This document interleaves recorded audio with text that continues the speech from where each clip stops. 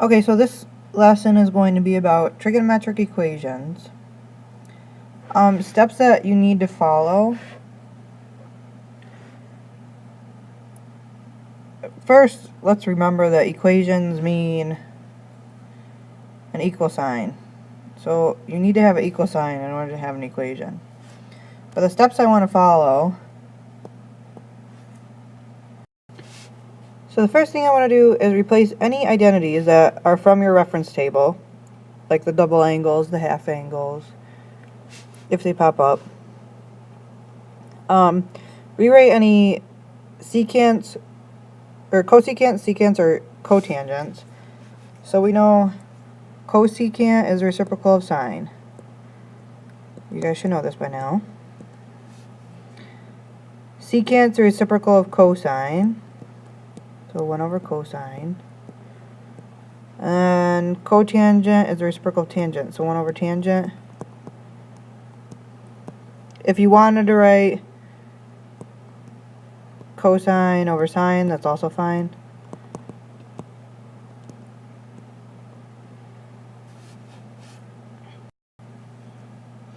The next thing I want to do is get the trig function alone, meaning the sine of theta, cosine of theta, or tangent of theta by itself. Fourth, I want to get I want to use the inverse trig function. So meaning sine inverse of a ratio, cosine inverse, or tangent inverse of whatever value I have is going to go inside the parentheses.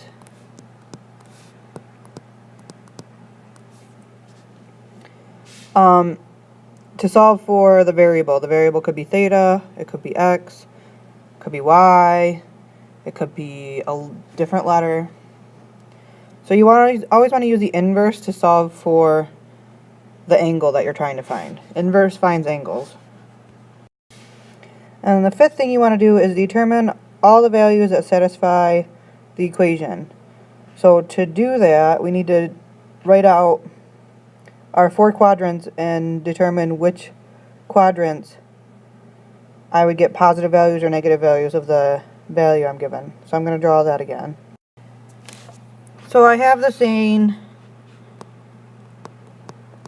all students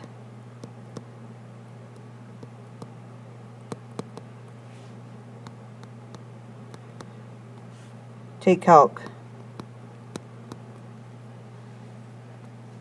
So in the first one, my all means all trig functions are positive.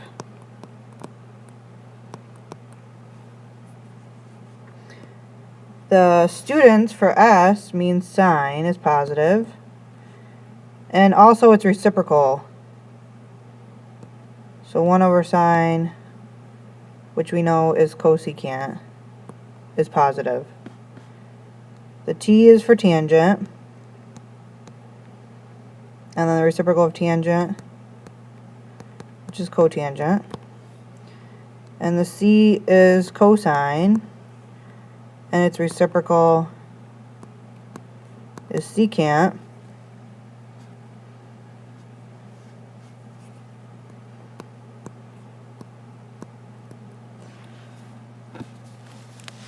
So if I end up with a negative tangent value, I know I would have to be in quadrant 2 or quadrant 4. But if I ended up with a positive sine value, I'd have to be in quadrant 1 or quadrant 2.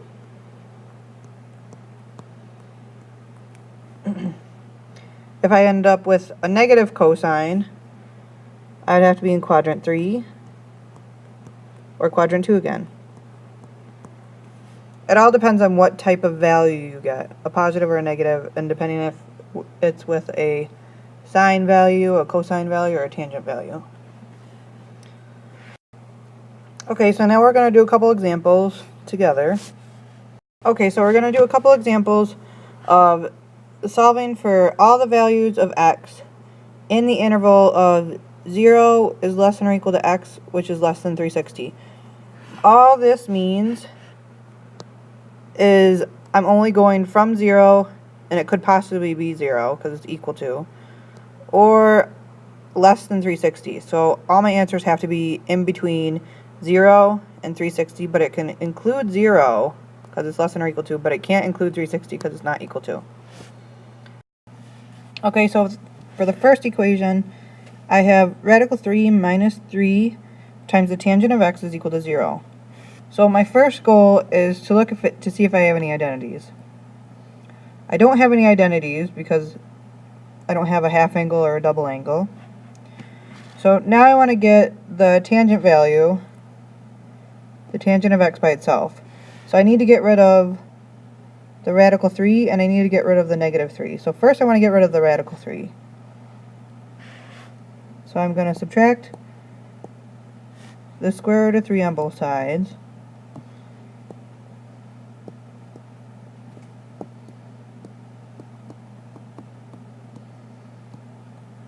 So I end up with negative 3 times the tangent of x equals negative radical 3.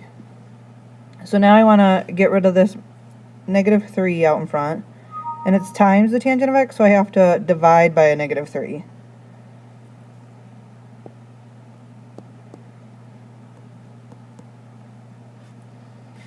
So now I end up with, the negatives are going to cancel, change into a positive, so I have the tangent of x is equal to radical 3 over 3. So now I need to get rid of this tangent to solve for my angle. I want to get this angle by itself.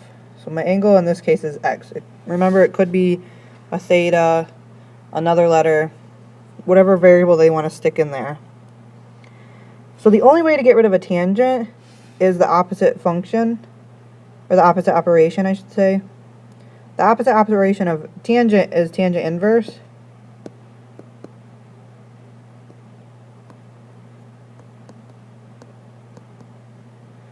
So really, the tangent inverse and the tangent are going to cancel. So what I really have is tangent inverse of my ratio, which is radical 3 over 3, equals x. So I need to type this in my calculator, tangent inverse of radical 3 over 3, to get my value of x. Okay, so I typed in tangent inverse of radical 3 divided by 3, and you have to make sure you close that parenthesis behind the radical 3. So I get x is equal to 30. That's what the calculator gives me by hitting second tangent, and then radical 3, close your parenthesis, divided by 3, close that parenthesis, so you get 30. And now I have to figure out any other values in between 0 and 360. So you have to remember the saying, all students take calc. And I have tangent is a positive value. Right here. I get tangents equal to a positive value. So I know it's in the first quadrant and the third quadrant. So how am I going to get my answer in the third quadrant? It's 30 degrees below this axis, which is 180. So I'm going to add 30 degrees to 180, and that will give me 210 degrees, would be my other value for x. So I have x is equal to 30 degrees, and x is equal to 210 degrees. So the next one I want to do, I have secants of a on both sides. So the first thing I want to do is get my secants on one side and my number on the other. So I'm going to add 3 to both sides.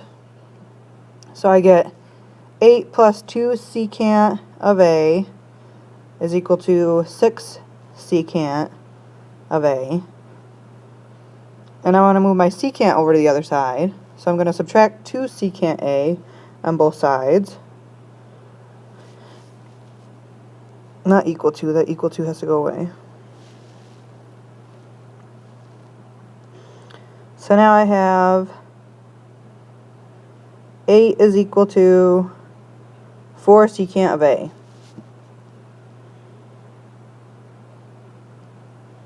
So I still want to get secant by itself. Your whole goal is to get that trig function by itself. No matter what it is, you want to get it by itself.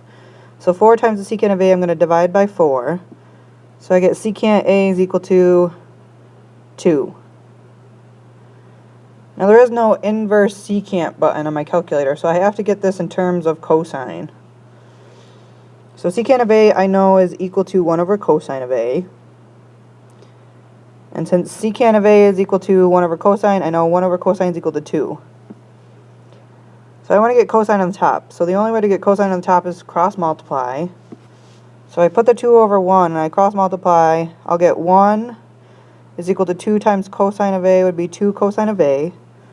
Again, I want to get the cosine by itself, so I want to divide by 2. So I get cosine of A is equal to 1/2.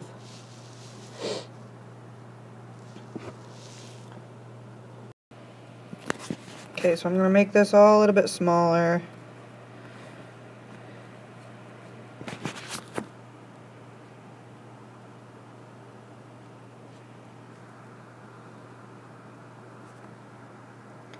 So I need to get A by itself. The only way to get your angle for trig functions is use the inverse. So I want to do cosine inverse of my ratio. So cosine inverse of 1/2 is going to equal my angle. That's how you get the value of the angle by itself, is the inverse. That's the only time you're going to use the inverse, is when you're trying to find the angle. So if I type in cosine of inverse in my calculator, so in my calculator you can see that I typed in cosine inverse of 1/2 and got 60 degrees. You have to make sure your mode is in degrees, because that's what you're finding, is your answers in degrees. So I know A is equal to 60 degrees. So now I have to figure out any other values that cosine will be positive at 1/2. So again, all students take calc. I know cosine's positive in the first quadrant. Cosine's also positive in the fourth quadrant. So 60 degrees in the first quadrant. 60 degrees below my x-axis, which is 0. So if I subtract 60 from 0, I get negative 60. Which in my original problem, in the examples, it says I want it in between 0 and 360. So negative 60 cannot be an answer because it's not in my interval of 0 to 360 up here. So I also know that this axis is 360 degrees as well as 0. So if I subtract 60 from 360, I get 300 would be my answer. You always subtract from the x-axis, remember. You always draw your special triangles from the x-axis. You always subtract from your x-axis value. So 300 will also satisfy this equation. So I want you to try a couple on your own. So the 2 I want you to try on your own is 1 plus 2 times the cosine of x is equal to 0.